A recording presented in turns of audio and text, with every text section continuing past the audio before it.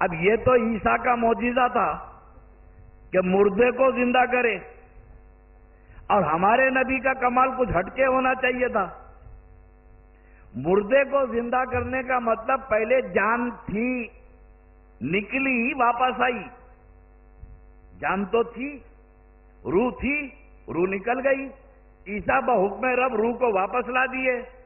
اب میرے نبی کا معجزہ ہٹکے ہے، یہاں تو روح تھی نہیں، یہاں تو جان تھی نہیں، سرکار نے کرم فرما دیا تو سوکھی لکڑی کو زندگی دے دی، اور نبی نے کرم کر دیا تو کنکریوں سے کلمہ پڑھوا لیا۔ تو بے جانوں میں جان ڈالنا یہ مصطفیٰ کا کمال ہے، جان میں جان واپس لانا یہ عیسیٰ کا کمال ہے، اور بے جانوں میں جان ڈالنا یہ میرے نبی کا کمال ہے۔ تو ہر کام میرے آقا کا ہٹ کر ہے۔ ایسے ہی سلیمان علیہ السلام پیغمبر ہیں، اللہ نے انہیں کمالات عطا فرمائے، اور ان کے کمالات کا ذکر تو قرآن پاک میں ہے۔ جو پیغمبری منصب کو جانتے ہیں، اس لیے کہتے ہیں کہ ہم وہابیوں سے پیغمبر کو، نبی کو اپنے ملا کی کتاب سے مت سمجھو، مقام نبوت کو کسی ملا کی کتاب سے مت سمجھو، نبی کو پہچاننا ہو تو اللہ کی کتاب سے سمجھو۔ جو ملا کی کتاب سے پیغمبر کو جانتا ہے وہ گمراہ ہو جاتا ہے، اور جو اللہ کی کتاب سے جانتا ہے اس کا ایمان پکا ہو جاتا ہے۔ تو ہم نبی کو کسی مولوی مولانا کی کتاب سے نہیں جانتے ہیں، اللہ کی کتاب سے جانتے ہیں۔ اب اللہ تعارف کراتا ہے، دیکھو چہرہ بشرا ایک ہونے سے، ریزمبلنس سے کچھ نہیں ہوتا۔ آنکھ تمہاری بھی ہے، آنکھ میری بھی ہے، کان تمہارے بھی، کان میرے بھی، زبان تمہاری بھی، زبان میری بھی، لیکن یہ اس مطابقت سے، یہ چہرے بشرے سے پیغمبر اور ہم ایک نہیں ہو جاتے۔ کان ہو جانا، نبی کے بھی دو کان ہیں، تمہارے بھی دو کان ہیں، مگر کیا نبی کے کان تمہارے کان برابر ہیں؟ کیا نبی کے کان تمہارے کان برابر ہیں؟ اب سلیمان علیہ السلام کے کانوں کے سلسلے میں قرآن پاک خود بیان کرتا ہے کہ سلیمان علیہ السلام کا لشکر جا رہا ہے، جنگل میں چونٹیوں کا پٹھا ہے، چونٹیاں چارے کے لیے نکلی، اور سلیمان علیہ السلام کے لشکر کے دھول کو دیکھا، لشکر آ رہا ہے، ہزاروں کا لشکر ہے، تو چونٹی نے اور چونٹی کی رانی نے اپنی قوم سے پکار کے کہا کہ یا ایھا النمل ادخلوا مساکنکم۔ میں کسی اہل حدیث کی کتاب نہیں پڑھ رہا ہوں، کسی تبلیغی جماعت اسلامی کی کتاب نہیں، بھائی اللہ کا کلام پڑھ رہا ہوں۔ پیغمبر کے کان کیا ہے وہ اللہ سنا رہا ہے، ملا بولے تو جھگڑا ہے، مگر یہ بدنصیب اللہ سے بھی جھگڑا کرتے کہ اللہ ان کو اتنا کمال کیوں دے دیا، اللہ نے پیغمبروں کو اتنا کمال کیوں دیا؟ ارے ایمان لایا تو کمال پہ بھی ایمان لا۔ پیغمبر کا کلمہ پڑھ لینے سے مسلمان نہیں ہوتا، پیغمبر پر دل و جان سے قربان ہوا تو مسلمان ہوتا ہے۔ سلیمان علیہ السلام آ رہے ہیں، چونٹی نے پکار کے کہا ہے چونٹیوں اندر داخل ہو جاؤ، سلیمان کا لشکر آ رہا ہے، ایسا نہ ہو کہ وہ غیر شعوری طور پہ کچل کے چلے جائیں اور تم تباہ ہو جاؤ، مر جاؤ۔ چونٹی نے اپنی قوم سے کہا، چونٹی کی رانی نے، سلیمان علیہ السلام 30 میل دور ہیں، قافلہ 30 میل دور ہے، مفسرین کہتے ہیں کہ قافلہ 30 میل دور ہے، 30 میل دور پہ چونٹی بولی، اور 30 میل دور پہ سلیمان علیہ السلام سنے۔ اچھا سن کے کیا کرے؟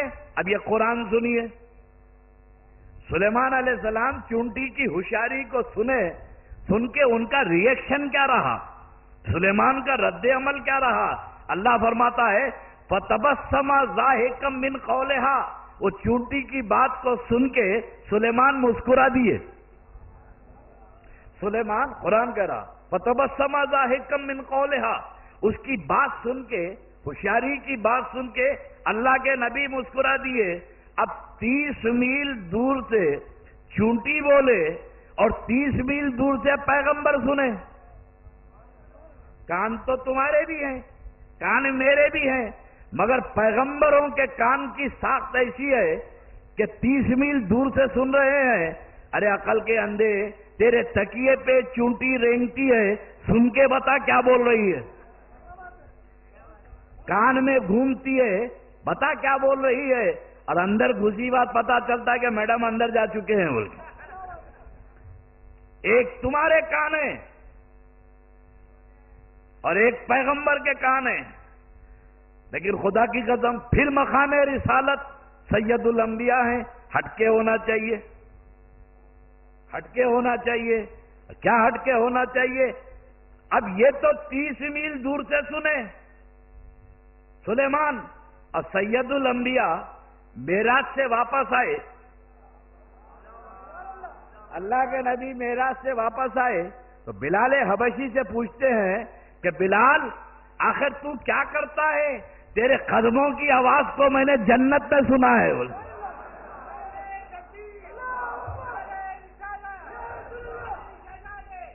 بلال حبشی مدینے میں چلتے ہیں اور مصطفیٰ جنت میں سنتے ہیں.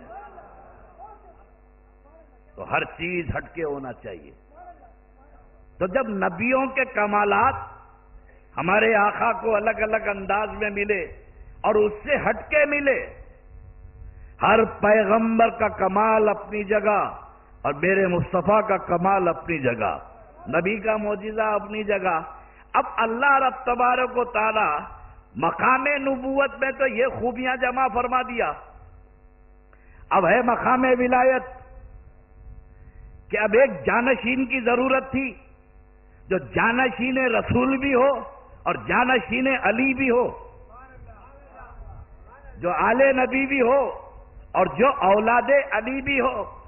تو میرے آقا غوث اعظم میں نبی کا بھی کمال ہے اور علی کا بھی کمال ہے.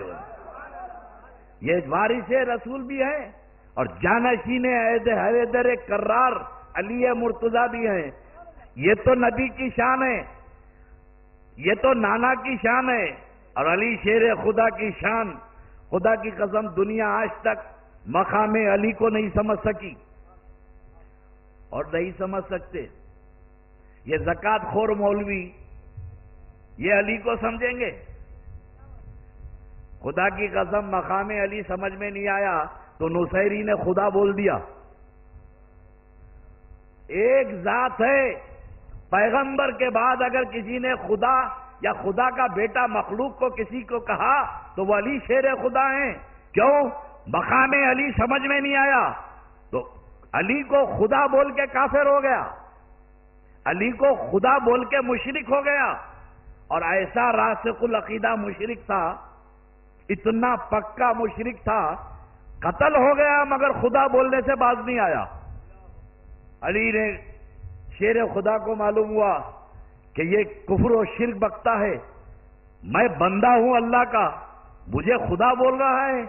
ارے عقل کے اندھے، اگر خدا بولنا ہوتا تو نبی کو بولتے، ان کو تو عبدہ بولتے ہیں، اللہ کا بندہ بولتے ہیں. میرے کو مجھے اللہ کیسا کہتا ہے خدا؟ بلاؤ. پیش ہوا علی شیر خدا کے سامنے. علی نے کہا ارے مردود کیا بول رہا ہے؟ میں اللہ کا بندہ ہوں، میں وحدہ لا شریک کا بندہ ہوں، اس کے بندوں میں ایک بندہ ہوں. بولے نہیں تم خدا ہو، علی تم خدا ہو. ارے مردود توبہ کر، شرک سے باز آ ورنہ تجھے قتل کر دوں گا. بولے تم کچھ بھی کرو، تم خدا ہو. جلاد کو بلایا، اس کی گردن مارو، اس کی گردن مارو. جلاد تلوار لے کے گیا کاٹنے کے لیے تو زور زور سے ہنس رہا ہے، خے مار کے ہنس رہا ہے.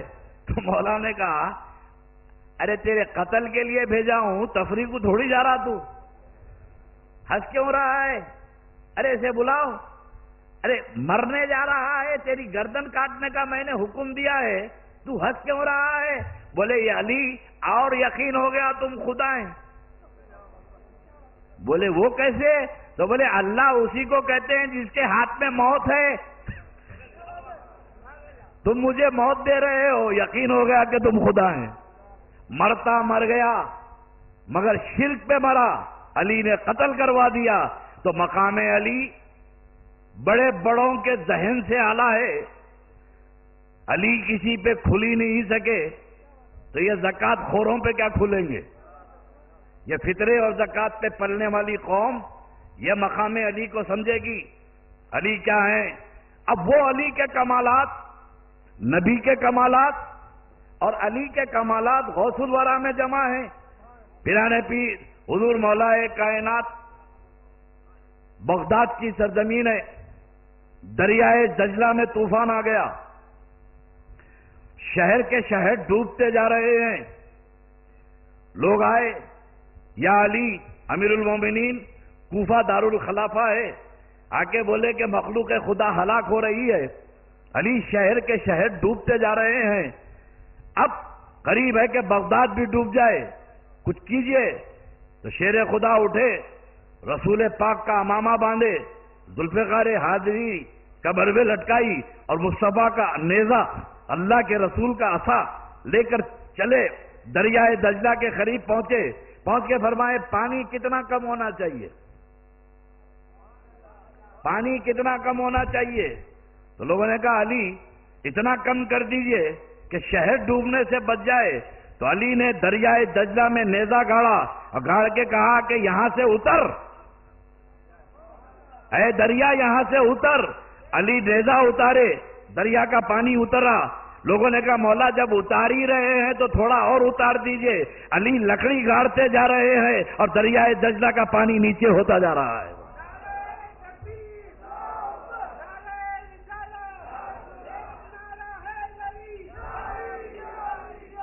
یہ نبی کے کمالات علی کے پاس آئے، اور مشکوٰۃ شریف کی حدیث ہے، علی شیر خدا فرماتے ہیں کہ میں اللہ کے رسول کے ساتھ مکے کی وادیوں میں پہاڑوں میں سے گزر رہا تھا، تو جس راستے سے اللہ کے رسول چلتے وہ راستے کے پتھر مصطفیٰ کو سلام کرتے، اس راستے کے پتھر اللہ کے رسول کو سلام کرتے۔ بھئی نبی کو سلام پتھر کر رہے تھے تو نبی کو سننا چاہیے تھا، مگر نبی نے علی میں وہ کمال عطا فرما دیا کہ علی جو میں کروں گا، جو میں سنوں گا، وہ طاقت تجھے دے دوں گا کہ مصطفیٰ کے کانوں کی قوت تجھے عطا ہو جائے گی۔ پتھروں کی زبان نبی سن رہے تھے اور پتھروں کی زبان علی سن رہے تھے۔ تو اب یہ جامع کمالات، نبی کا بھی کمال ہو اور علی کا بھی کمال ہو کہ غوث اعظم دستگیر یہ جانشین رسول بھی ہیں اور جانشین باب العلم بھی ہے۔ جیسے اللہ کے رسول نے فرمایا اللہ نے 10 فیصلہ کرنے کی قوتیں 10 پیدا کی، برین نے ججمنٹ کی 10 قوتیں پیدا کی، 9 تو 1% ساری کائنات کو دیا،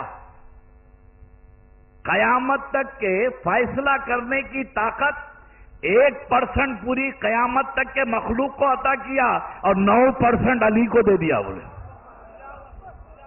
قیامت تک جو فیصلے ہوں گے وہ قوت 1% دنیا کو دیا ہے اور 9% علی مرتضیٰ کو دیا ہے۔ تو اب علی کے وارث ہیں غوث اعظم، تو علم میں بھی وارث ہیں، کمالات کے بھی وارث ہیں۔ تو اب میں علی کا، نبی کا کمال اور علی کا علم غوث اعظم میں کیسے منتقل ہوا کہ ساری دنیا کے علماء کا علم ختم ہو جاتا ہے، وہاں غوث اعظم کا علم شروع ہوتا ہے۔ اس لیے کہتے ہیں پیر سچا ہو، پیر